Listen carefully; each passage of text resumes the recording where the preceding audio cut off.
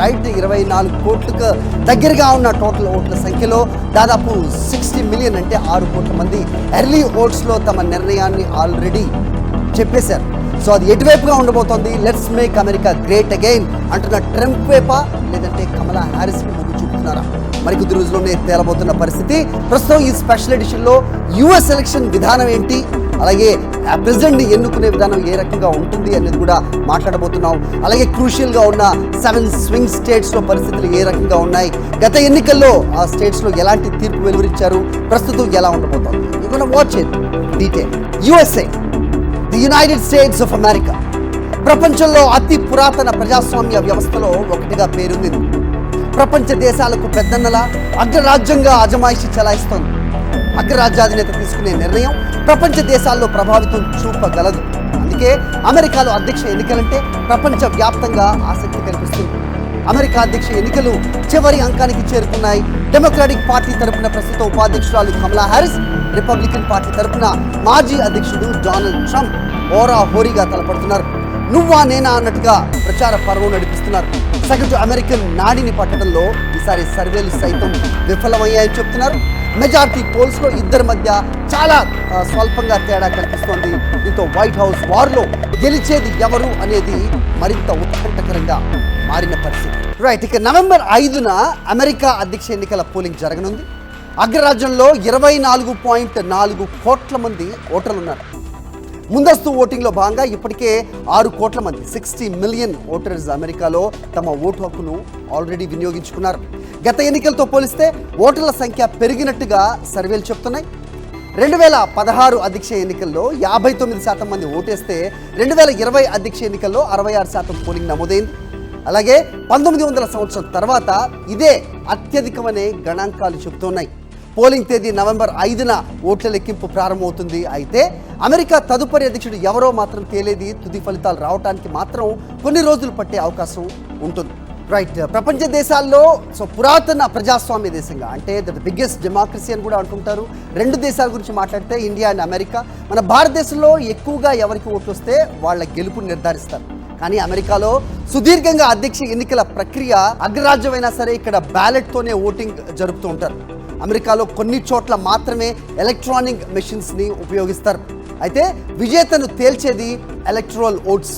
అలాగే ఓటు తగ్గిన గద్దెనెక్కచ్చు. ఇక్కడ పాపులర్ ఓట్స్ అంటారంటే, పాపులర్ ఓట్ అంటే ఓట్లు ఎక్కువ వచ్చినా అతను గెలుస్తారని నమ్మకం ఉండదు. ఎందుకంటే ఎలక్టరల్ ఓట్స్ విధానం ఇక్కడ ఉంటుంది కాబట్టి ఎవరైతే గెలుస్తారో పర్టికులర్ స్టేట్లో విన్నర్ టేక్స్ ఆల్ అనే ఒక విధానం ఇక్కడ కనిపిస్తూ ఉంటుంది. అత్యధిక ఓట్లు వచ్చినా ఓటమి సాధ్యమే అనేది మనం అమెరికాలో చూస్తూ ఉంటాం. ఇక కాలిఫోర్నియాలో అత్యధికంగా 55 ఎలక్టరల్ ఓట్స్ ఉన్న బిగ్గెస్ట్ స్టేట్గా చెప్తుంటారు. ఆ తర్వాత టెక్సస్ విచ్ హ్యాస్ 38 ఎలక్టరల్ ఓట్స్గా దీన్ని చూస్తూ ఉంటారు. అలాగే ఇక ఫ్లారిడా లాంటి స్టేట్స్ 29 ఉంటాయి. అలాగే న్యూయార్క్లో కూడా 29 ఎలక్టరల్ ఓట్స్. వీటన్నిటిని బిగ్ స్టేట్స్గా which can impact the US election అనేది కూడా తరచూ మనం వింటూ ఉంటాం. ఇక ఎన్నికల్లో గెలవాలంటే ఎక్కువ ఓట్లు రావాలి. ఇది మన దేశంలో అమల్లో ఉన్న విధానం. అమెరికా అధ్యక్ష ఎన్నికల ప్రక్రియ భారత్తో పోలిస్తే విభిన్నంగా ఉంటుంది. అధ్యక్ష అభ్యర్థుల ఎంపిక నుంచి తుది ఫలితాలు ప్రకటించడం వరకు చాలా సుదీర్ఘ ప్రక్రియ అని చెప్తారు. దాదాపు 9 నెలల పాటు ఈ ప్రాసెస్ నడుస్తుంది. కాకస్లు, ప్రైమరీస్ ద్వారా ఆయా పార్టీలు తమ అధ్యక్ష అభ్యర్థిని ఎన్నుకుంటాయి. అలా ఎన్నికైన 2 ప్రధాన పార్టీల అభ్యర్థుల మధ్య అస్సలైన ఫైట్ ఉంటుంది. ఎలక్టరల్ ఓట్స్లో ఏ అభ్యర్థికి మెజారిటీ రాకపోతే చిన్న పార్టీలతో పొత్తులు వంటి సందర్భాలు అమెరికాలో ఉండవు, కనిపించవు. రైట్, అమెరికాలో అధ్యక్ష ఎన్నికలు ప్రతి 4 ఏళ్లకి ఒకసారి జరుగుతాయి. Every 4 years once. అలాగే అక్కడ దేశాధ్యక్షుడే సర్వాధికారి. అంటే ఏ నిర్ణయం తీసుకోవాలన్నా ఎవరి మీదో ఆధారపడాల్సిన అవసరం లేదు. ఎవరిని అడగకుండానే అతనికి నిర్ణయం తీసుకోగలిగే సూపర్ పవర్స్ ఉంటాయి. ఆ నిర్ణయాలు అమెరికాలోనే కాదు, ప్రపంచ దేశాలపై ప్రభావం చూపిస్తాయి. అంతటి శక్తివంతుడైన అధ్యక్షుడిని ఎన్నుకోవడానికి నిర్వహించే ప్రక్రియ కూడా అత్యంత పగడ్బందీగా ఉంటుంది. అదే ఎలక్టరల్ కాలేజ్ విధానం. అంటే ప్రజలు ఎలక్టర్స్ని ఎన్నుకుంటే వారు అధ్యక్షుడిని ఎన్నుకుంటారు. ప్రతి రాష్ట్రానికి జనాభాకు అనుగుణంగా ఎలక్టరల్ సంఖ్యను కేటాయిస్తారు. ఇది ఆ రాష్ట్రానికి కేటాయించిన ప్రతినిధుల సభ, అంటే హౌస్ ఆఫ్ రిప్రజెంటేటివ్స్, సెనేట్ సభ్యుల సంఖ్యకు ఇది సమానంగా ఉంటుంది. ప్రస్తుతం అమెరికా ఎలక్టరల్ కాలేజ్ ఓట్ల సంఖ్య 538. అధ్యక్ష ఎన్నికల్లో నెగ్గాలంటే వీటిలో కనీసం 270 ఓట్లు అవసరం. ఇక కాలిఫోర్నియాలో అత్యధికంగా 55 ఎలక్ట్రల్ కాలేజ్ ఓట్స్ ఉంటే వయోమింగ్, నార్త్ డకోటా, అలాస్కా వంటి రాష్ట్రాల్లో కేవలం 3 ఉన్నాయి. అమెరికాలో మొత్తం 50కి పైగా రాష్ట్రాలున్నాయి. వీటిలో 48 రాష్ట్రాలు విన్నర్ టేక్స్ ఆల్ విధానాన్ని అనుసరిస్తున్నాయి. అంటే మెజారిటీ సీట్లు సాధించే అభ్యర్థికే ఆ రాష్ట్రంలోని మొత్తం ఎలక్ట్రల్ ఓట్లు దక్కుతాయి. ఇక మెయిన్స్ అలాగే నెబ్రాస్కా రాష్ట్రాలు అక్కడ మాత్రం షేరింగ్ విధానం ఉంటుంది. ఇది సాధించే ఓట్ల ప్రకారం ఆ నిష్పత్తికి పద్ధతిలో వారి ఎలక్ట్రల్ ఓట్స్ను కేటాయిస్తారు. దీనివల్ల దేశవ్యాప్తంగా కలిపి పాపులర్ ఓట్ సాధించే అభ్యర్థి సైతం అధ్యక్ష ఎన్నికల్లో ఓడిపోయే అవకాశం ఉంటుంది. గతంలో ఇలా జరిగింది కూడా. 2016లో డెమోక్రాట్స్ అభ్యర్థి హిలరీ క్లింటన్కు రిపబ్లికన్ అభ్యర్థి డొనాల్డ్ ట్రంప్ కంటే ఏకంగా 28 లక్షల పైచిలుకు ఓట్లు ఎక్కువగా వచ్చాయి. అయినా కూడా ఆమె ఏకంగా 74 ఎలక్ట్రల్ ఓట్ల తేడాతో ఓటమి చవిచూశారు. ఇప్పటిదాకా 59 సార్లు అమెరికా అధ్యక్ష ఎన్నికలు జరిగితే 54 సార్లు పాపులర్ ఓట్ సాధించిన అభ్యర్థే విజేతగా నిలిచారు. ఎలక్ట్రల్ కాలేజ్ వ్యవస్థ ఇది చిన్న రాష్ట్రాలకు కూడా అధ్యక్షుడిని ఎన్నికలో తగిన ప్రాధాన్యత దక్కుతుంది అనేది అమెరికా రాజ్యాంగ నిపుణుల మాట. అన్ని రాష్ట్రాలు అమెరికా ప్రజల ప్రయోజనాల మధ్య సమతూకం ఉండాలి అన్న ఉద్దేశంతో 1787లో ఈ వ్యవస్థకు శ్రీకారం చుట్టారు రాజ్యాంగ నిర్మాతలు. దీన్ని మార్చాలని, రద్దు చేయాలని ఇప్పటి వరకు దాదాపు 700 సార్లు ప్రయత్నించినా అది ఫలించలేదు. ఒకవేళ ఎలక్ట్రల్ ఓట్లలో ఏ అభ్యర్థికి మెజారిటీ రాకపోతే అధ్యక్షుడిని ఎన్నుకునే బాధ్యత హౌస్ ఆఫ్ రిప్రజెంటేటివ్స్ అంటే ప్రతినిధుల సభపై పడుతుంది. ప్రతినిధుల సభ సభ్యులంతా కలిసి అత్యధిక ఎలక్ట్రల్ ఓట్లు సాధించిన తొలి 3 అభ్యర్థుల్లో వాళ్ళ నుంచి ఈ మెజారిటీ ఓటు ద్వారా ప్రెసిడెంట్గా ఎన్నుకుంటారు. ఉపాధ్యక్షుడిని సెనెట్ సభ్యులు ఎన్నుకుంటారు. ఇక కొత్త అమెరికా అధ్యక్షుడు 2025 జనవరి 20న ప్రమాణ స్వీకారం చేయబోతున్నారు. వాషింగ్టన్లోని అమెరికా కాంగ్రెస్ భవనం, క్యాపిటల్ హిల్స్ మెట్లపై నుంచి దేశ అధ్యక్షుడు ప్రమాణం చేస్తారు. అక్కడి నుంచి వైట్ హౌస్కు వెళ్తారు. ఇక ఈసారి జరుగుతున్న అధ్యక్ష ఎన్నికల్లో గతంలో ఎన్నడూ లేని విధంగా నెవర్ బిఫోర్ అన్నట్టుగా క్యాంపెయినింగ్ పోటాపోటీగా సాగింది. అంతేకాదు స్లాండరింగ్ అంటే ఒకళ్ళనొకళ్ళు దూషించుకుంటూ సాగిన ఎన్నికల ప్రచార సభలుగా కూడా దీన్ని చెప్తూ ఉన్నారు. పర్సనల్ అలిగేషన్స్తో పాటు ఒకళ్ళ డిగ్నిటీ ఒకళ్ళు తగ్గించుకునే విధంగా జరిగిన ఈ హోరాహోరీ పోరులో చివరికి గెలుపు ఎవరిని వరుస్తుందో అనేది మాత్రం 5వ తారీఖున తేలిపోబోతున్న పరిస్థితి మనకు కనిపిస్తుంది. మనకు తెలుసు అమెరికా అధ్యక్షులు అంటే కనుక, అధ్యక్ష ఎన్నికలంటే కనుక చాలా ఫ్యాక్టర్స్ ఇక్కడ ప్రభావం చూపిస్తూ ఉంటాయి. ఎకానమీ ఎప్పుడూ ఉండేదే అయినప్పటికీ ఇమిగ్రేషన్ విధానం అవ్వచ్చు, ఇంటర్నల్ సెక్యూరిటీ అవ్వచ్చు, అలాగే హెల్త్ కేర్ అవ్వచ్చు, ఈ ట్యాక్స్ పేయింగ్ అవ్వచ్చు, ఇవన్నీ కూడా చాలా కీలకంగా కనిపిస్తున్న ప్రస్తుత పరిస్థితి మనం చూస్తున్నాం. అలాగే ఇక అమెరికా అధ్యక్ష ఎన్నికలు, అమెరికా అధ్యక్షుడు అంటే కనుక ప్రపంచానికే ఒక పెద్దన్నలా వ్యవహరిస్తూ ఉంటారు. ఇది అందరికీ తెలిసిందే. అలాంటిది అమెరికాలో వాళ్ళు కష్టపడి వాళ్ళు సంపాదించుకుని ట్యాక్స్ కడుతున్న ఆ ధనాన్ని తీసుకెళ్ళి ఏదో కంట్రీలో యుద్ధానికి పెడుతున్నారు అనేది ప్రస్తుతం ఒక పెద్ద అంశంగా ప్రస్తుత ఎన్నికల్లో కనిపిస్తున్న పరిస్థితి. దానికి చెక్ పెట్టే విధంగా ట్రంప్ చేస్తున్న వ్యాఖ్యలు, విధానాలు మనం చూస్తూనే ఉన్నాం. ఇజ్రాయెల్ అలాగే హమాస్కి కూడా ఆయన తీవ్రమైన స్వరంతో ఆయన హెచ్చరికను జారీ చేసిన పరిస్థితి కూడా మనం చూసాం. నేను అధ్యక్షుడిగా ఎన్నికై వైట్ హౌస్లో అడుగు పెట్టే రోజుకి యుద్ధం ముగియాలంటూ ఒకంత హార్ష్ స్టేట్మెంటే ఆయన ఇచ్చిన పరిస్థితి. అంటే తన గెలుపుని ఆల్రెడీ నిర్ధారించేసుకున్నారా అంటూ కూడా డెమోక్రాట్స్ అతన్ని ప్రశ్నిస్తున్న పరిస్థితి కూడా మనకు కనిపిస్తోంది. అలాగే ఇక ఆయన చేసిన కొన్ని వ్యాఖ్యలు దుమారాన్నే లేపాయి. ఇది ఫ్లోటింగ్ ఐలాండ్ ఆఫ్ గార్బేజ్ అని పోర్టరికో వాసుల్ని ఆయన అన్న మాట ప్రస్తుతం చాలా ప్రకంపనలకే దారితీసిందని చెప్పొచ్చు. పెన్సిల్వేనియాలో నిలబడి అక్కడ దాదాపు 3 లక్షల మంది లాటిన్ అమెరికన్స్ ఉంటారు. వాళ్ళు ఉన్న చోట నుంచి ఆ వ్యాఖ్య చేయటం అది అతని క్యాంపెయినింగ్ అతన్ని చెక్ పెట్టుకున్నట్టుగా ఉంది అనేది చాలామంది అభిప్రాయపడిన విషయం. అయితే దాన్ని అందిపుచ్చుకోవాల్సిన కమలా హారిస్ ఆవిడ కూడా ట్రంప్ ఫాలోవర్స్ ఎవరైతే ఉన్నారో వాళ్లే గార్బేజ్ అంటూ ఆవిడ కూడా వ్యతిరేకతను మూటగట్టుకుంది. ఇలాంటి వ్యాఖ్యలు అలాగే కామెంట్స్ అలాగే ఇవన్నీ కూడా ఈ ప్రస్తుతం ఉన్న ఈ అధ్యక్ష ఎన్నికల్లో ప్రభావితం చేయబోతూ ఉన్నాయి అని కొంతమంది అంటుంటే ఇలాంటిదేమీ లేదు. ఎందుకంటే American voter is pretty much aware of the election system.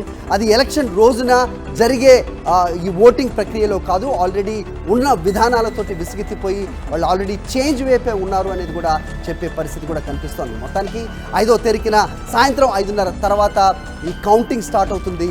ఆ తర్వాత 1-2 రోజుల్లో కంప్లీట్గా మనకి ఈ రిజల్ట్స్ తెలిసే అవకాశం ఉంటుంది. ఎందుకంటే స్వింగ్ స్టేట్స్లో ఉన్న కౌంటింగ్ ఏదైతే ఉందో అది అప్పటికే తేలే పరిస్థితి ఉండదు. మనం గతంలో కూడా చూసాం. 2016 ఎన్నికల్లో అయితే 2-3 రోజుల పాటు ఆ స్వింగ్ స్టేట్స్లో ఎలాంటి ఫలితాలు వెలువడ్డాయి అనేది తెలియడానికి మనకి 2-3 డేస్ పట్టింది. For example Florida state. ప్రస్తుతం కూడా అలాంటి పరిస్థితి ఉంటుందా అనేది కూడా ఒకంత ఆసక్తిని రేకెత్తిస్తోంది. ఇక సూపర్ ట్యూస్డే ప్రపంచంలోనే అత్యంత శక్తివంతమైన దేశం అమెరికాలో అధ్యక్ష ఎన్నికలు మంగళవారం జరుగుతాయి. ఇది 170 ఏళ్లుగా కొనసాగుతున్న ఒక ఆనవాయితీ, ఒక ట్రెడిషన్. నవంబర్ నెలలో తొలి సోమవారం తర్వాత వచ్చే మంగళవారం రోజే అధ్యక్ష ఎన్నికలు నిర్వహిస్తారు. 1845కు ముందు ఆయా రాష్ట్రాల్లో వేర్వేరు తేదీల్లో నిర్వహించేవాళ్ళు. ఆ తర్వాత దేశవ్యాప్తంగా ఒకే రోజు పోలింగ్ జరిగేలా చట్టాన్ని తీసుకొచ్చారు. అమెరికాలో ప్రతి 4 ఏళ్లకోసారి అధ్యక్ష ఎన్నికలు నిర్వహిస్తారు. ఎలక్షన్స్ విషయంలో టైం అంటే టైం అంతే. 2024లో ఎన్నికలు జరగాలంటే జరిగి తీరాల్సిందే. మొదటి రెండో ప్రపంచ యుద్ధం సమయంలో కూడా అమెరికా అధ్యక్ష ఎన్నికలకు ఎలాంటి ఆటంకము ఏర్పడలేదని చెప్పాలి.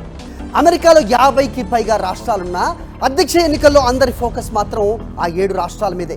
అవే స్వింగ్ స్టేట్స్. ఈ స్వింగ్ స్టేట్స్ వచ్చి ప్రతి ఎన్నికల్లో అవే స్వింగ్ స్టేట్స్గా ఉంటాయా అంటే అది కూడా గ్యారంటీ ఉండదు. ఎందుకంటే ఆ రాష్ట్రంలో పెరిగిన ఎమిగ్రెంట్స్ అవ్వచ్చు, ఓటర్ సంఖ్యను బట్టి, వాళ్ళ మధ్య ఉన్న తేడాన్ని బట్టి ఆ స్వింగ్ స్టేట్స్ మారే అవకాశం కూడా ఉంటుంది. ఇక Pennsylvania, Arizona, Georgia, Michigan, Nevada, North Carolina, అలాగే ఒహాయో, విస్కాన్సిన్లను స్వింగ్ స్టేట్స్గా పిలుస్తారు. ఈ 7 రాష్ట్రాల్లో కలిపి 93 ఎలక్టరల్ కాలేజ్ ఓట్స్ ఉంటాయి. ఇవే అధ్యక్ష పీఠాన్ని మలుపు తిప్పనున్నాయి అనేది రాజకీయ విశ్లేషకుల అంచనా. అందుకే డెమోక్రాటిక్ అభ్యర్థి కమలా హ్యారిస్, రిపబ్లికన్ అభ్యర్థి డొనాల్డ్ ట్రంప్ స్వింగ్ రాష్ట్రాలను గెలుచుకోవడానికి సర్వశక్తులు ఒడ్డుతున్నారు. 2020లో 7 రాష్ట్రాలకు 6 అంటే out of 6 states Joe Biden పైచేయి సాధించి అధ్యక్ష పీఠాన్ని చేజిక్కించుకున్నారు. ఒక్క నార్త్ కేరళైనాలో మాత్రమే అప్పుడు ట్రంప్ ఆధిక్యంలో నిలిచారు. ఈసారి స్వింగ్ స్టేట్స్లో ట్రంప్ హ్యారిస్ మధ్య పోటాపోటీగా ఉంది అంటున్నారు విశ్లేషకులు. ఇక 7 స్వింగ్ స్టేట్స్లో ఎవరి బలం ఎంత, ఏ పార్టీ ఎన్నిసార్లు గెలిచింది? 16 ఎలక్టరల్ ఓట్లున్న జార్జియాలో 1992 నుంచి 2020 వరకు డెమోక్రాట్స్ 2 సార్లు మాత్రమే గెలిచారు. 1992 డెమోక్రాట్లు గెలిచిన తర్వాత 96, అలాగే 2000, 2004, 2008, 2012 అండ్ 2016లో రిపబ్లికన్దే హవాగా నడిచింది. అయితే గత ఎన్నికల్లో జార్జియా ఓటర్లు బైడెన్కు అండగా నిలిచారు. ఇక అరిజోనా చూద్దాం. మరో స్వింగ్ స్టేట్ అరిజోనా. దీంట్లో 11 ఎలక్టరల్ ఓట్స్ ఉన్నాయి. మెక్సికోతో సుదీర్ఘ సరిహద్దు గల ఈ రాష్ట్రం దశాబ్దాలుగా రిపబ్లికన్కు ఒక కంచు కోటగా ఉంది. 1996 నుంచి 2020 వరకు ఇక్కడ డెమోక్రాట్స్ గెలిచింది కేవలం 2 సార్లే. అయితే లాటినో అమెరికన్లు పెరగటం, కాలిఫోర్నియా నుంచి చాలామంది డెమోక్రాటిక్ అభిమానులు వలస రావడంతో వారి ప్రాబల్యం పెరుగుతోంది. గత ఎన్నికల్లో అరిజోనా ఓటర్లు బైడెన్ను గెలిపించారు. హ్యారిస్ కూడా ఈ స్టేట్పై గట్టిగానే ఫోకస్ పెట్టారు. సరిహద్దుల్లో పర్యటించి వలసలు అరికడతాము అని హామీ ఇస్తున్నారు. అరిజోనాలో ప్రస్తుతానికి ట్రంప్దే పైచేయి అంటున్నాయి latest polls. Next come to Nevada అస్సలు సిసలైన స్వింగ్ స్టేట్. 1976 నుంచి 2020 వరకు కూడా 12 సార్లు అమెరికా అధ్యక్ష ఎన్నికలు జరిగితే 6 సార్లు డెమోక్రాట్స్, అలాగే మరో 6 సార్లు రిపబ్లికన్లు ఇక్కడ గెలిచారు. అయితే 2008 నుంచి ఈ స్టేట్ బ్లూ వాల్గా మారిపోయింది, which is nothing but democratic. ఇక గత 4 ఎన్నికల్లో ఇక్కడ వరుసగా డెమోక్రాట్సే విజయం సాధించారు. Coming to Pennsylvania. స్వింగ్ స్టేట్స్లో అత్యధిక ఎలక్టరల్ ఓట్స్ ఉన్న రాష్ట్రం పెన్సిల్వేనియా. 19 మంది ఎలక్టరల్ ఓట్స్ ఇక్కడ ఉంటాయి. పెన్సిల్వేనియా డెమోక్రాట్స్కి కంచు కోట అని చెప్పొచ్చు. 1988 నుంచి 2020 వరకు ఇక్కడ రిపబ్లికన్లు కేవలం 2 సార్లు గెలిచారు. మిగిలిన 7 సార్లు కూడా డెమోక్రాట్స్దే విజయం. 2020 అధ్యక్ష ఎన్నికల్లో జో బైడెన్కు ఈ స్టేట్లో 1.16% ఓట్ల మెజారిటీ దక్కింది. అయితే ఇటీవలి కాలంలో రిపబ్లికన్లు బలమైన పోటీ ఇస్తున్నారు. అధ్యక్ష ఎన్నికల్లో ఈ రాష్ట్రం 7 సార్లు డెమోక్రటిక్ అభ్యర్థికి, 5 సార్లు రిపబ్లికన్స్కు మొగ్గు చూపింది. దశాబ్దాలుగా పారిశ్రామిక ప్రగతి తిరోగమనంలో ఉంది ఇక్కడ. ట్రంప్పై జులైలో హత్యాయత్నం జరిగింది కూడా ఇక్కడే. ఈ నేపథ్యంలో వలసదారులతో నష్టంపై ట్రంప్ మద్దతుదారులు పెద్ద ఎత్తున ప్రచారం చేస్తున్నారు. ట్రంప్కు మద్దతిస్తున్న ప్రపంచ కుబేరుడు ఎలాన్ మస్క్ తన ఫోకస్ మొత్తం ఫిలడెల్ఫియా, ఇక్కడ పెన్సిల్వేనియాలోనే పెట్టారు. ఈ ఒక్క రాష్ట్రంలోనే ఆయన దాదాపు 1000 కోట్లు ఖర్చు చేశారనే ఆరోపణలు వినిపిస్తున్నాయి. మరోవైపు హ్యారిస్ వర్గం పట్టణ ప్రాంత ప్రజల ఓట్లపై ఆశ పెట్టుకుంది. $100 బిలియన్ పరిశ్రమలు ప్రారంభిస్తామని హ్యారిస్ హామీ ఇచ్చారు. ఇదే రకమైన హామీ చివరి ఎన్నికల్లో 2016 ఎన్నికల్లో చూసుకుంటే కనుక డొనాల్డ్ ట్రంప్ మిషిగన్ స్టేట్లో నేను కార్ల పరిశ్రమను తిరిగి మళ్ళీ దానికి పూర్వ వైభవం తీసుకొస్తాను అంటూ కూడా ఆయన మాట్లాడారు. అయితే అది అమలు పరచడంలో ఆయన ఫెయిల్ అయిన పరిస్థితి కూడా మనం చూసాం. అయితే ఇక పెరిగిన ఇన్ఫ్లేషన్ ఈసారి ఎన్నికల్లో ప్రభావం చూపించవచ్చని అనుకుంటున్నారు. రైట్, ఇక next swing state Michigan. Swing స్టేట్స్లో జార్జియా, మిషిగన్, నార్త్ కేరళైనా కూడా కీలకమని చెప్పాలి. అలాగే అరబ్ అమెరికన్ ఓటర్స్ ఎక్కువగా ఉండే రాష్ట్రం మిషిగన్. సాధారణంగా ఇక్కడ డెమోక్రాట్స్ డామినేషన్ ఎక్కువగా ఉంటుంది. 1988 నుంచి చూసుకుంటే కనుక మనకి 2020 వరకు రిపబ్లికన్స్ కేవలం 2 సార్లు మాత్రమే మిషిగన్లో నెగ్గిన పరిస్థితి. రైట్, మిగిలిన 7 సార్లు కూడా డెమోక్రాట్స్దే విజయం అని చెప్పాలి. 2020లో జో బైడెన్కు 2.78% ఇక్కడ మెజారిటీ దక్కిన పరిస్థితి మనం చూస్తున్నాం. ప్రెసిడెంట్ ఎలక్టరల్ రిజల్ట్స్ చూస్తే కనుక మిషిగన్లో 1988 నుంచి 2016 వరకు కేవలం 2 సార్లే. నేను ఇంతకు ముందు చెప్పినట్టుగా 2016లో మిషిగన్లో ఆయన అక్కడే ఉన్నారు. నార్త్ హ్యాంప్షైర్ అలాగే మిషిగన్ స్టేట్స్ని ఆయన కీలకంగా వాటి మీద కాన్సన్ట్రేట్ చేసిన పరిస్థితి మనకి 2016లో చూసాం. మిషిగన్లో కార్ల పరిశ్రమకు పూర్వ వైభవం తీసుకొస్తాను అంటూ ఆయన మాటిచ్చారు. దాన్ని నమ్మారు మిషిగన్ ఓటర్లు. దానికి ట్రంప్ వైపే వాళ్ళు ఉన్నారు. విజయం కూడా ఆయన సాధించారు. బట్ ఆ తర్వాత ఏం జరగబోతుంది? ఎందుకంటే కేవలం 2 సార్లు మాత్రమే మిషిగన్ రిపబ్లికన్స్ గెలుచుకున్నారు. ఎప్పుడూ అది కూడా డెమోక్రాట్స్కి ఒక ఫైర్ వాల్గా, ఒక కంచుకోటగా ఉన్న పరిస్థితి మనకు కనిపిస్తూ ఉంటుంది. రైట్, ఈ గత ఎన్నికల్లో బైడెన్ వైపు మొగ్గు చూపిన మిషిగన్ ఓటర్లు ఆ తర్వాత పరిణామాల్లో ప్రభుత్వం పట్ల అసంతృప్తిగా ఉన్నారు. ముఖ్యంగా గాజా యుద్ధంలో ఇజ్రాయెల్కు అమెరికా మద్దతు ఇవ్వటం వారికి నచ్చడం లేదు. బికాజ్ ఆఫ్ అరబ్ కంట్రీస్ నుంచి ఎక్కువగా మైగ్రేట్ అయిన వాళ్ళు ఈ ప్రాంతంలో నివసిస్తూ ఉంటారు. ఈ అవకాశాన్ని తనకు అనుకూలంగా మార్చుకోవాలని ఉవ్విళ్ళూరుతున్నారు ట్రంప్. అలాగే ఎవాంజలికల్స్ అలాగే కన్జర్వేటివ్ క్రిస్టియన్ ఓటర్లు అధికంగా ఉన్న జార్జియా పైన కూడా ట్రంప్ బలంగానే ఆశలు పెట్టుకున్నారు. ఓవరాల్గా చూసుకుంటే కనుక అర్బన్ ఏరియాస్ అలాగే సిటీ ప్రాంతంలో ఖచ్చితంగా డెమోక్రాట్స్ ఆశ పెట్టుకున్న పరిస్థితి మనకు కనిపిస్తోంది. ఇక as we go into interiors అక్కడ వైట్స్ ప్రాబల్యం ఎక్కువగా ఉంటుంది కాబట్టి వాళ్ళందరూ కూడా రిపబ్లికన్స్కే మద్దతు ఇస్తారు అనేది ఒక స్టడీగా మనం ప్రస్తుతం చూస్తున్నాం. ఇక నార్త్ కేరళైనా, ఇంతకుముందు నేను చెప్పినట్టుగా నార్త్ కేరళైనా ఎప్పుడు కూడా రిపబ్లికన్ పార్టీకి ఒక ఫైర్ వాల్గా ఉన్న పరిస్థితి. కానీ ప్రస్తుతం అది బ్యాటిల్ గ్రౌండ్గా మారింది. ఒక 7 స్వింగ్ స్టేట్స్లో ఒకటిగా మారిన ప్రస్తుత పరిస్థితి మనం చూస్తున్నాం. 2012 నుంచి వరుసగా 3 ఎన్నికల్లో కూడా ఇక్కడ రిపబ్లికన్స్కే మద్దతు తెలిపింది నార్త్ కేరళైనా. రైట్, 2016, 2020లో వరుసగా 2 సార్లు కూడా ట్రంప్ వైపు మొగ్గు చూపింది. మనం చూస్తున్నాం 76 నుంచి రీసెంట్ టైమ్స్ వరకు కూడా ఇది రిపబ్లికన్స్కి ఒక ఫైర్ వాల్గా చూస్తున్నాం నార్త్ కేరళైనా. 2008 చూసుకుంటే కనుక 49.4%తో డెమోక్రటిక్ కేవలం 0.2% తోటి ఆయన ఓడిపోవడం జరిగింది. 48.4% డెమోక్రాట్స్కి ఇస్తే 50.4% రిపబ్లికన్స్ వైపు 2012 ఎన్నికల్లో నార్త్ కేరళైనాలో ఇచ్చిన తీర్పుని మనం చూస్తూ ఉన్నాం. ఏకైక స్వింగ్ స్టేట్ ఇది నార్త్ కేరళైనా. వరుసగా ట్రంప్ వైపు మొగ్గు చూపిన స్టేట్గా దీన్ని చెప్తూ ఉన్నారు. రైట్, 2016లో ఖచ్చితంగా ట్రంప్ వైపు మొగ్గు చూపిన పరిస్థితి. ఆ తర్వాత డెమోక్రాట్స్ వైపు వెళ్ళింది. ప్రస్తుతం స్వింగ్ స్టేట్గా నార్త్ కేరళైనా కనిపిస్తోంది. 1980 తర్వాత కేవలం ఒకేసారి ఈ రాష్ట్రం డెమోక్రాట్స్కు పట్టం కట్టింది. ఇక్కడ ఆఫ్రో అమెరికన్ ఓటర్లు దాదాపు 22% ఉంటారు. 2008లో వీళ్ళు బరాక్ ఒబామాను ఓన్ చేసుకున్నారు. ఈసారి వారంతా కూడా కమలా హ్యారిస్ వైపు నిలుస్తారని డెమోక్రాట్స్ నమ్మకం పెట్టుకున్న పరిస్థితి ప్రస్తుతం మనకి కనిపిస్తోంది. రైట్, ఒకసారి ఇద్దరు అభ్యర్థులు ప్రెసిడెంట్ ఎలెక్ట్స్ డొనాల్డ్ ట్రంప్ అలాగే కమలా హ్యారిస్ వీళ్ళకున్న పాజిటివ్ టెన్సిటీ అలాగే నెగిటివ్స్ ఏంటి ఒకసారి చూసే ప్రయత్నం చేద్దాం. వీళ్ళకి ఏ అంశాలు ఎడ్జ్ కాబోతున్నాయి, ఏ అంశాలు నెగిటివ్గా ఉండబోతున్నాయి అనేది ఒకసారి లుక్కేద్దాం. Let's start with Donald Trump, Republican party అభ్యర్థి. ప్రస్తుతం 2016 తర్వాత మళ్ళీ అధ్యక్షుడిగా ఎన్నికలో ఈయన నిలబడడం జరిగింది. 2017 నుంచి 2021 వరకు అమెరికా అధ్యక్షుడు కూడా డొనాల్డ్ ట్రంప్. ఇక ట్రంప్ తండ్రి జర్మన్ ఇమిగ్రెంట్, న్యూయార్క్లోని క్వీన్స్లో పుట్టి పెరిగారిన బడా బిజినెస్ మ్యాన్. సో న్యూయార్క్లో క్వీన్స్ అంటే కనుక అత్యంత సంపన్నులు ఉండే ప్రాంతంగా క్వీన్స్ చెబుతుంటారు. బడా బిజినెస్ మ్యాన్ అలాగే మీడియా పర్సనాలిటీ అని కూడా ట్రంప్ గురించి ప్రత్యేకంగా పరిచయం లేని పరిస్థితి అయితే మనం చూస్తూ ఉంటాం. సో ట్రంప్ టవర్స్ అనేది ఎంత ప్రసిద్ధో మనకందరికీ తెలిసిన విషయమే. ఇక 1987 నుంచి ఈయన రాజకీయాల్లో యాక్టివ్గా ఉన్నారు. అంతకుముందు కూడా ఏదో ఒక పార్టీకి అఫిలియేట్గా పనిచేసి అలాగే రాజకీయ పార్టీలకు పెద్ద మొత్తంలో డొనేషన్స్ ఇచ్చే వ్యక్తిగా కూడా డొనాల్డ్ ట్రంప్ సుపరిచితులు అని చెప్తూ ఉంటారు. ఇక అమెరికా ఫస్ట్ విధానం మేక్ అమెరికా గ్రేట్ అనే అంశాన్ని కూడా ట్రంప్ నోటి నుంచి మనం తరచూ వింటూ ఉంటాం. ప్రస్తుతం ఆయన స్లోగన్ కూడా అదేగా కనిపిస్తోంది. So let's make America great once again అనే స్లోగన్ తోటి ఈ ఎలక్షన్స్ను కూడా ఆయన పోటీ చేస్తున్న పరిస్థితి. వలసవాదానికి పూర్తిగా వ్యతిరేకగా ఉంటారు. సో ఖచ్చితంగా బార్డర్ సెక్యూరిటీని పెంచాలి, ఇమిగ్రెంట్స్ని అరికట్టాలి, ఇల్లీగల్గా వచ్చే వాళ్ళని ఆపాలి, కేవలం స్కిల్ ఎవరికైతే ఉంటుందో వాళ్ళు మాత్రమే ఇక్కడికి రావాలి, వాళ్ళ ద్వారానే అమెరికా గ్రేట్గా ఎదుగుతుంది అని నమ్మే ఒక బలమైన అభ్యర్థిగా ట్రంప్ని మనం చూస్తూ ఉంటాం. ఇక హమాస్పై యుద్ధంలో ఇజ్రాయెల్కు ఆయన పూర్తిగా మద్దతు ప్రకటించారు. అట్ ద సేమ్ టైం ప్రస్తుత పరిస్థితుల్ని బట్టి ఆయన ఒక హెచ్చరికను కూడా జారీ చేశారు.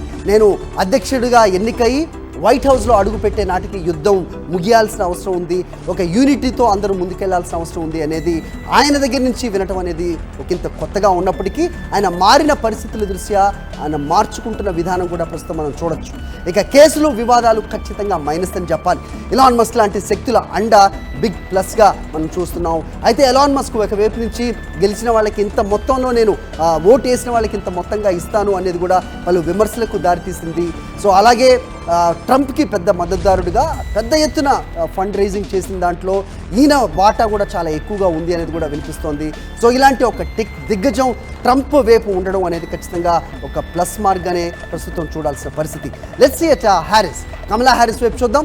డెమోక్రాటిక్ పార్టీ అధ్యక్ష అభ్యర్థిగా మనం కమలా హ్యారిస్ చూస్తున్నాం, ప్రస్తుతం ఉపాధ్యక్షురాలు.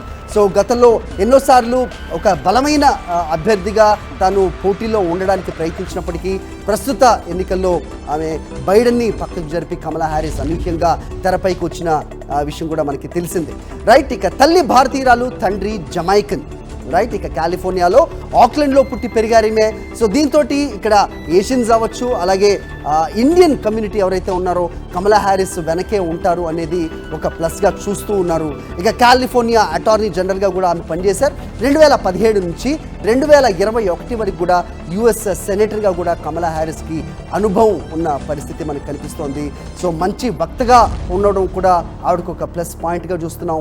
ఒక సంస్కరణవాదిగా రిఫార్మ్స్కి మొగ్గు చూపే వ్యక్తిగా కూడా కమలా హ్యారిస్కి ఉండే పాజిటివ్స్ అని చెప్పిన దాంట్లో ఎలాంటి అనుమానం అక్కర్లేదు. అయితే వలసవాదానికి మాత్రం ఆమె వ్యతిరేకత కాదు, ఎందుకంటే America is a country for మొత్తం ప్రపంచంలో ఉన్న అందరికీ కూడా అమెరికా అనేది ఒక నివాసంగా, అలాగే ఆపర్చునిటీస్కి ఒక నిలయంగా కూడా అమెరికాను ఈవిడ భావించే వాళ్ళలో ఉంటారు. ఖచ్చితంగా వాళ్ళందరితోటి అమెరికా ఒక గొప్పగా నిర్మించబడుతుంది అని నమ్మే వాళ్ళలో కమలా హ్యారిస్ ఒకరిగా చూస్తూ ఉంటారు. అందుకే ఇమిగ్రెంట్స్గా వచ్చిన వాళ్ళు, లీగల్ కావచ్చు ఇల్లీగల్ కావచ్చు, అమెరికాకు వచ్చిన వాళ్ళు ఖచ్చితంగా డెమోక్రట్స్ వైపే ఎందుకు ఉంటారు అంటే కనుక ఇది ఖచ్చితంగా వాళ్ళ వలసవాదానికి వాళ్ళు వ్యతిరేకం కాదు అనేది ఖచ్చితంగా చెప్పాలి. ఇక సంస్కరిస్తాం అంటే వలసవాదానికి వ్యతిరేకం కాకపోయినా సంస్కరిస్తాం, ఇలాంటి వాటికి కొత్తగా ఒక లాస్ తీసుకొస్తాం, ఇల్లీగల్ ఇమిగ్రెంట్స్ని అరికడతాం అని ప్రస్తుతం ఆమె కూడా చెబుతున్న పరిస్థితి మనకు కనిపిస్తోంది. దీంతో రిపబ్లికన్స్ కూడా ఆమె వైపు మొగ్గు చూపించే పరిస్థితి ఉంటుందా అనేది కూడా ఆమెకు పాజిటివ్గా మారే అవకాశం కూడా ఉంది అనేది కూడా చెప్పక తప్పదు. ఇక మహిళలకు అబార్షన్ హక్కులకు మద్దతు ఇస్తున్నారు. నా బాడీ మీద హక్కు మీకేంటి, అది నిర్ణయించేది ఒక డాక్టర్, లేదంటే నేనే నిర్ణయిస్తాను ఒక మహిళగా, ఒక పాలిటీషియన్ కాదు అనేది ఒక స్ట్రాంగ్ వాయిస్ ఆవిడ వినిపించే ప్రయత్నం చేశారు. దీంతో మహిళలందరూ కూడా కమలా హ్యారిస్ వైపు నడుస్తారు అనేది ప్రస్తుతం ఈ ఎర్లీ ఓట్స్లో ఏదైతే 10% ఎక్కువగా మహిళలు బయటకు వచ్చి ఓట్లు వేశారో దాన్ని బట్టి మహిళలందరూ కూడా కమలా హ్యారిస్ వైపు నిలబడబోతున్నారు అనేది ఒక ట్రెండ్గా కనిపిస్తుంది అనేది మాత్రం చాలా అనలిస్టులు ప్రస్తుతం చెప్తున్నారు. మహిళలు ఇమిగ్రెంట్స్ అలాగే ఓన్ చేసుకోవటం వల్ల ఇది ఒక ప్లస్ పాయింట్గా కమలా హ్యారిస్కి ప్రస్తుతం మనం చూస్తూ ఉన్నాం. ఇక బైడెన్ ప్రభుత్వ వైఫల్యాలు హ్యారిస్కు భారం కావచ్చు, అలాగే పెరిగిపోతున్న ఇన్ఫ్లేషన్, ద్రవ్యోల్బణం కూడా అతి పెద్ద మైనస్గా ఉండబోతోంది అనేది ప్రస్తుతం చాలామంది అనలిస్టులు చెప్తున్నారు.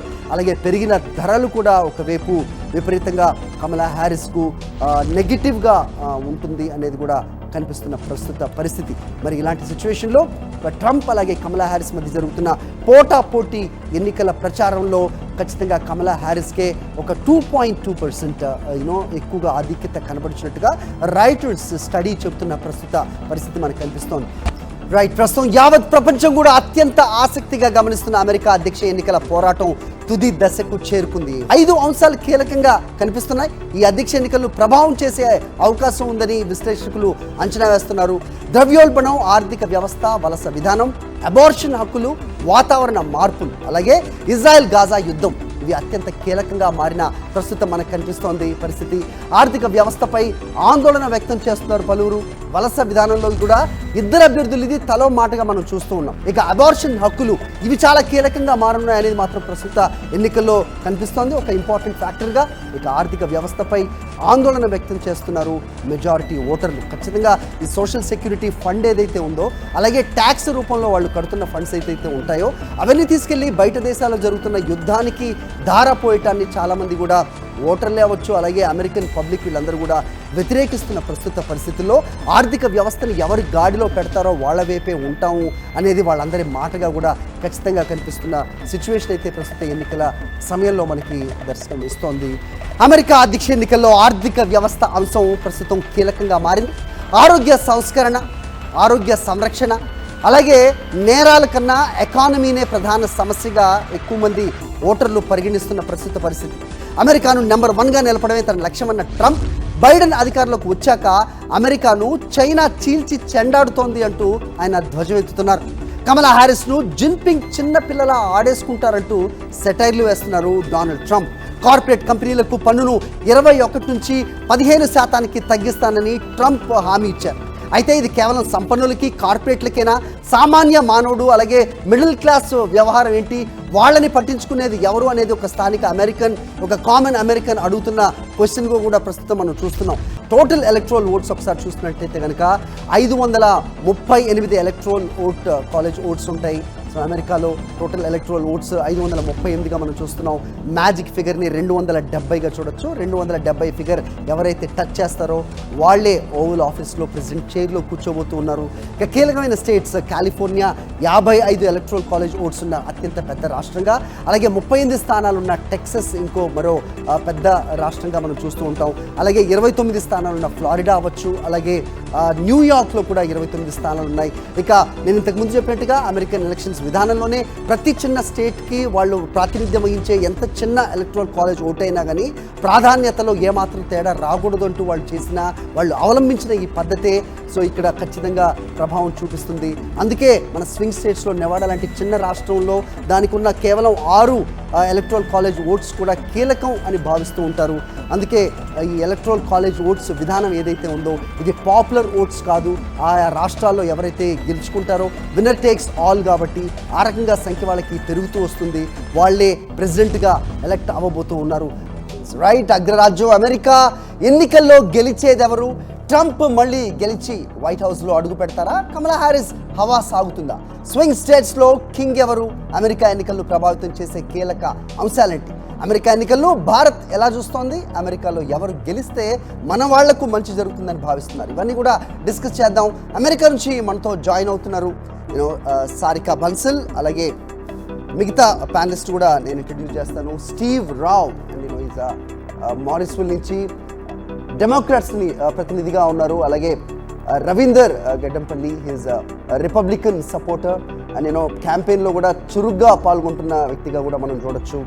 అలాగే ఉపేంద్ర గారు ఓవరాల్గా అమెరికన్ ఎలక్షన్స్ ఏ రకంగా ప్రస్తుతం సినారియో ఉంది ఆయన కూడా ఎక్స్ప్లెయిన్ చేయడానికి ప్రయత్నిస్తారు. అలాగే వరుణ్ కూడా ఉన్నారు మనతో పాటు, who is well read about US elections and he would give us insight about what is going on in the election. Yeah, let me start with Steve. Hi Steve. Yes, just few more days, we can count in hours, what is going to happen there? Yeah, it's really exciting. I mean, I think that I think first of all, just to lay the groundwork of how you win the U.S. presidency, it's the path to 270. And so, if the Democrats all voted for Vice President Harris, she would have 226 electoral votes, and Donald Trump would have 219 if all the red states voted. So, in order to be the next president, he has to win 44 and he has to win 51.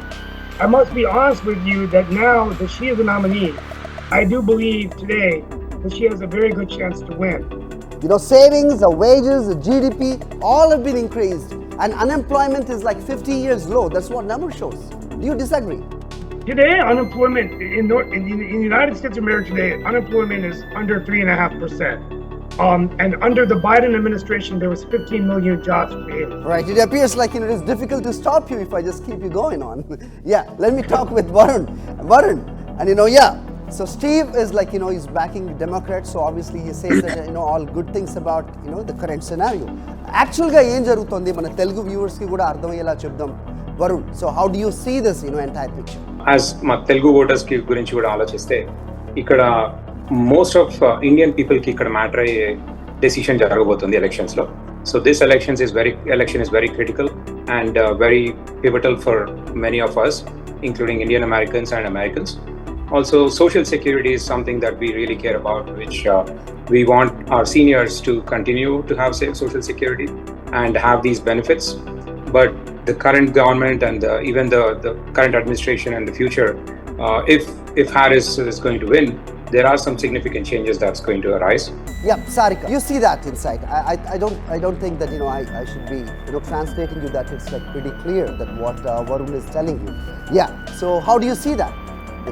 Yeah, he says that yes, he supports this abortion whatever the law Trump is talking about, and of course that women's right on their own body, like Kamala Harris has been reiterating. And how do you see that? Well, thank you for asking that question.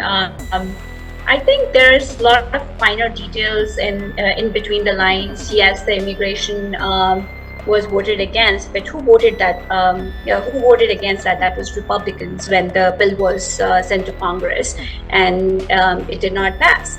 Kamala Harris and the Biden administration actually worked on trying to get a bill passed to stop the put more resources on the border so that they can control some of the incoming migrants. And that's critical information, because yes, we all say that a lot of people have entered through the border, but there's finer detail. When Kamala Harris also put an executive order that has brought the immigration to all-time low. But even before that, before we get to any kind of policy, it's for me, it's also important to see that we are on the verge of making history in United States. Okay. That's not a conversation that right. needs to happen. You made your point. Yes. Before I go to Upendra garu, Ravindra garu, cheppandi.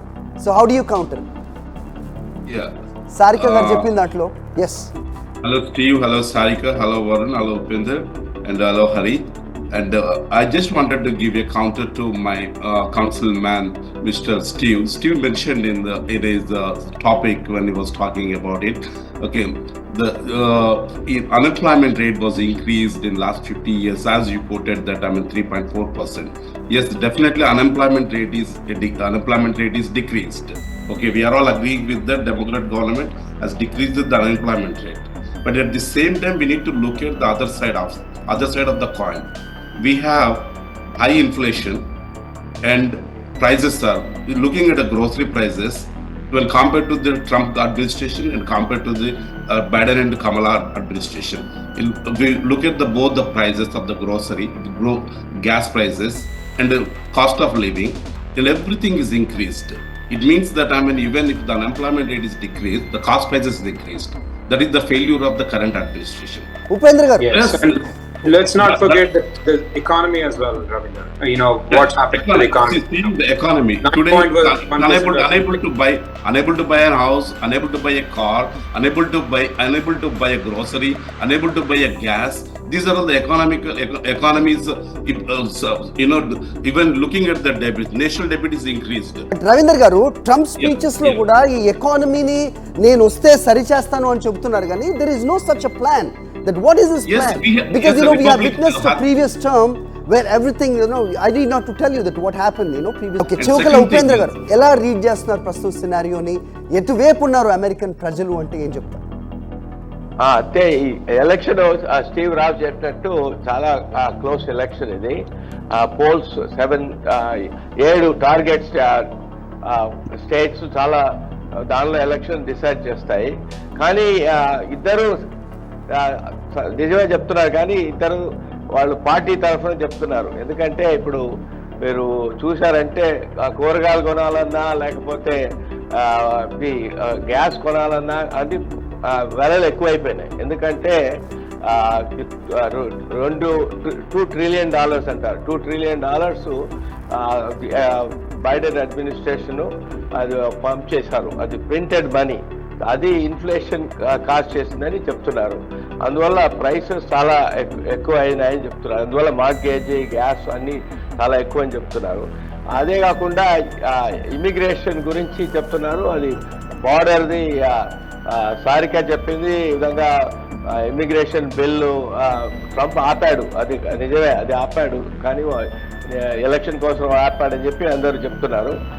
కాకపోతే president Biden ఆయనకి executive order ద్వారా actions తీసుకోవచ్చు. Trump ఉండేటప్పుడు immigrants అక్కడ మెక్సికోలో process చేసి వాళ్ళు రావాలని చెప్పాడు. కానీ బైడెన్ అడ్మినిస్ట్రేషన్ ఆయన మార్చారు. అందువల్ల చాలా ప్రాబ్లమ్స్ వచ్చేసాయి. కానీ ఇద్దరు కరెక్టే.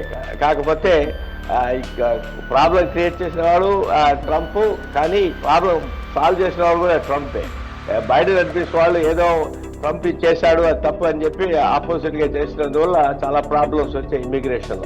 ఇమిగ్రేషన్ ప్రాబ్లం ఏంటంటే ఇల్లీగలే కాకుండా వాళ్ళలో క్రైమ్ గ్యాంగ్ మెంబర్స్ అంతా వచ్చేసారు. అందువల్ల చాలా క్రైమ్ ఎక్కువైంది బార్డర్ స్టేట్స్ లో. కానీ చాలా మంది ఎఫెక్ట్ అయినారు. అది అందువల్ల దాని మీద Varun, you have a point to add to that? Varun. Yeah, one thing I'd like to add to that. The Wake County has seen a major incident. A deputy sheriff got shot by one of these illegal immigrants who crossed over the border from Honduras. And these guys attacked him and with some assault weapons. And ilanti paristhitulu edurkuntunnamo. These are the things that we are seeing. Yeah, Ravindra, let Steve counter to that. Steve, yes, please. Yes, Steve. Yeah, go ahead. Steve, they just pointed out like economy figures, like what you mentioned. Number 2, the security, border security. Number 3, that taxpayers' money are going to Ukraine and other countries' borders, which are not U.S. borders. We do have an immigration problem, but I think President Trump, he wants to deport 1 million people, illegal immigrants, which is really unrealistic. I mean, that'll take 100,000 agents from ICE. Today, U.S. only has 6,000. And so this isolationistic foreign policy. But Steve, but what Varun mentioned that. Varun mentioned our own that. universities are going with pro-Hamas rebels, in the universities, and the Democrat Party is openly supporting it. And what are we doing about Israel? There's no support from Biden's administration here. Yeah, the foreign policy. I mean, I think we need to figure that out. I think a two-state solution. But but I just want to make that point about Ukraine. The third point about prices. I mean, Ravinder is correct. Prices are still high, but inflation has gone down. Any economist will tell you today it's true. Inflation has gone. There are only 2 times in American history where inflation has gone down and we haven't hit a recession, and now is one of them, right? And so eventually, when the Fed reduces rates one more time, I do think prices will come down. But what Trump wants to do, he wants to increase tariffs by 60% on goods from China and 20% on steel. That's going to pass the cost on to small businesses. Rika Bonsal is a business person. She runs a jewelry business as well. But in terms of manufacturing and things like that, Trump doesn't have an answer, to this economy improvement. Yes. Yeah, Simha is joining us. Who's a senior journalist, stationed in US. Yeah, Simha, చెప్పండి ఎలా చూస్తున్నారు ప్రస్తుతం? ఎలా చూస్తున్నారు ప్రస్తుతం? Thank you, Hari, and thank you all of the panel members to join this meeting. Trump గాని ఇటు కమలా గెలిచినట్లయితే చరిత్ర సృష్టించే అవకాశం అమెరికాలో సువర్ణాక్షరాలతో లిఖించదగ్గ చరిత్రను సృష్టిస్తుంది. అదేవిధంగా ట్రంప్ విషయానికి వచ్చేసరికి policies are same. Already Trump ని 4 years చూడటం జరిగింది. బట్ డెమోక్రాట్స్ విషయానికి వచ్చేసరికి ప్రెసెంట్ ఏంటంటే యాంటీ ఇన్కంబెన్సీ అనేది ఏదైతే ఉందో ఈ ఓట్ బ్యాంక్ అనేది ప్రధానంగా బైడెన్ పరిపాలనే కానీ డ్యూరింగ్ ద కోవిడ్ కానీ సో వీళ్ళు ఎదుర్కొన్న సవాళ్ళు ఆర్థిక మాంద్యం ఇవన్నీ కూడా ఇంపాక్ట్ చూపించే అవకాశం ఓటింగ్ లో ఉంది. సో సేమ్ టైము మనం చూసినట్లయితే కమలా ఒకవైపు ఉమెన్ ప్రెసిడెంట్ ఇది వరకు లేని సపోర్ట్ అనేది కూడా కమలాకు దొరుకుతుంది. ఉమెన్ ప్రెసిడెంట్ ని ఖచ్చితంగా అమెరికాలో చాలా వరకు బలం చేకూరింది. అమెరికా రెడీగా ఉందా? Because they used to say that, right? America is not ready for a colored president, number 1. Number 2, a women president, right? ఒకటి మనం చూసాం Obama, we have witnessed Obama. Now the lady nominee for president, right? So do you think American community is ready for that? I'm saying that I'm hearing a recurring theme here that about Kamala being a woman and woman of color, and that's why she's a candidate and maybe she will not win. I just want you to know that Kamala, women are not fully supporting Kamala because she's a woman and she's a Indian American and an African American woman, but she's also a woman of good character and skill set. Sarika, that is true. If that were true, why is Kamala Harris not running away with the election? Why is it so tight? all the things she said are not sticking to Trump. Okay, so there's something more that's going on here. It's not just being a Democrat or Republican.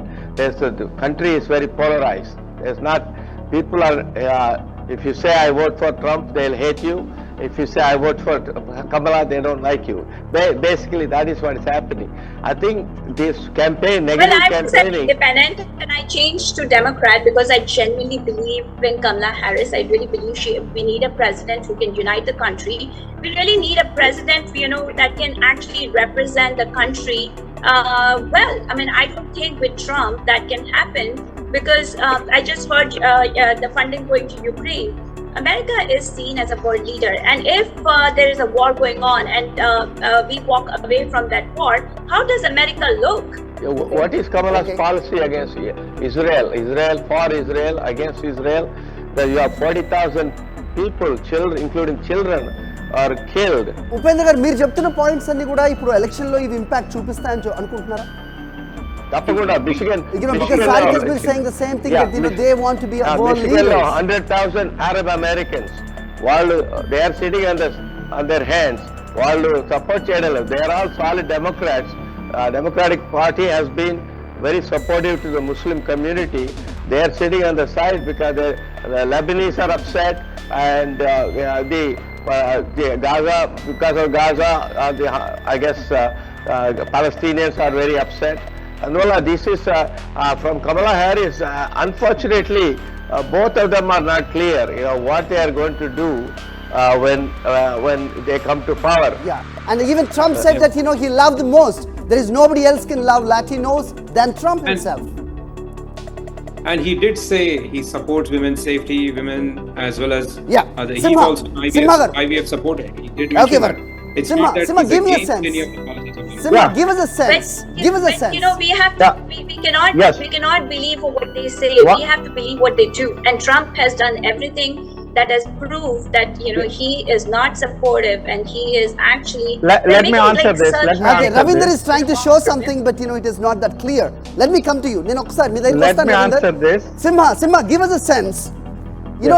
గతంలో ఎప్పుడు లేని విధంగా slandering, that personal allegations, and మనం ఎప్పుడు చూడలేదు ఇది American election campaign లో. But for the first time that we've been witnessing this. How do you see this? How a common American is looking at this? Number two, is it like Americans they have made up their mind? It is no more like on election day they're going to decide who's going to be president. It is already decided, like the entire 4 years regime, that what is like they witness, what is being through, and what is it going to coming. And whether it has come to the foreign policy, healthcare, and what not, everything already decide చేసుకున్నారా లేదంటే మన చాలా మనకి తెలుసు మనకి ఇండియాలో elections రోజున చాలా ఇటుది అటు అయ్యే పరిస్థితులు ఇక్కడ ఉంటాయి, unlike there. How do you see that? Give us a sense. Hari, if we take these elections 2024, the biggest challenge for Democrats with the immigrant votes, because previously what was the history, it's a strong vote bank for the Democrats, but during this war, so మనం history US history తీసుకున్నట్లయితే wars అనేవి either Democrats or Republicans, A leaders ఉన్నా bush దగ్గర నుంచి లేదా Biden వరకు, any leader, the wars are there. So depends on the situation. The America government, what is good for America, they took those kind of decisions. It never ever either before stopped or ongoing will be not going to be stopped. It depends on the what is good for the nation. That's their motto. The come to the vote bank here. So మనం ఇక్కడ చూసినట్లయితే immigrants ఎవరైతే ఉన్నారో బేసికల్ గా it's a strong vote bank for Democrats. Vote bank వల్లనే ఇప్పుడు ఈ టఫ్ కాంపిటీషన్ అనేది కూడా మెయిన్ కనిపించడానికి గల ప్రధానమైన reason. At the same time దీన్ని ఎన్కాష్ చేసుకునే ప్రయత్నంలో మనం చూసినట్లయితే Trump statements also he's giving that kind of statements to turn the votes to the republicans. So it's overall గా మనం చూసినట్లయితే that's why this battle is very tough due to this war. Right. అయితే ఈ swing states పెరిగే అవకాశం ఉంది అనేది సింహ చెప్తున్న దాంట్లో అర్థమవుతుంది. బ్లూగా ఉన్న స్టేట్స్ రెడ్గా మారచ్చు, రెడ్గా ఉన్న స్టేట్స్ బ్లూగా మారే పరిస్థితులు కనిపిస్తున్నాయి. బ్యాటిల్ గ్రౌండ్స్ రెడ్డిగా ఉన్న ప్రస్తుతం states ఏడుగా ఎక్కువగా ఉంది. మారడానికి రవీందర్ చాలా chances garu, Ravinder garu, North Carolina was like one party strong hold, but it is a swing state now. Ravinder garu, actually ఇప్పుడు యాక్చువల్గా చూస్తే ఇక్కడ మా కౌన్సిల్ మెంబర్స్ ఇద్దరు ఉన్నారు. వీళ్ళిద్దరు కూడా ఇద్దరు both of them are represents Democrat party. But looking at previous అంతా చూసుకున్నప్పుడు ఏంటంటే ఇమిగ్రెంట్స్, ఇండియన్ ఇమిగ్రెంట్ తీసుకున్నా, ఏషియన్ ఇమిగ్రెంట్ తీసుకున్నా, ఒక అందరు లాటినో ఇమిగ్రెంట్ తీసుకున్నా, everybody use to support Democratic party early past elections. Okay, current election చూసుకుంటున్నప్పుడు ఏంటంటే మెజారిటీ ఆఫ్ ద ఇమిగ్రెంట్స్ చూసుకున్నప్పుడు 60% above now they are voting towards the Republican party. ఎందుకు Republican party ఎందుకు vote చేస్తున్నారు అని అన్నప్పుడు legal there is a very clear definition, క్లియర్గా division వచ్చేసింది, legal immigration, illegal immigration. and as Ravinder said, 60% of early votes is being done. So 5th we will see that what is going to happen. Thank you all for joining. Right, adi ika battlegrounds like swing states ఇప్పుడు పెరిగిన పరిస్థితి మనకు కనిపిస్తోంది. Florida, Pennsylvania, Ohio, Wisconsin, Arizona, Georgia and North Carolina కొత్తగా join అయిన పరిస్థితి. అటుది ఇటు అవ్వచ్చు, ఇటుది అటు అవ్వచ్చు. Red may become blue, blue may become red అనేది మన ప్రస్తుత పరిస్థితిలో చూస్తున్నాం.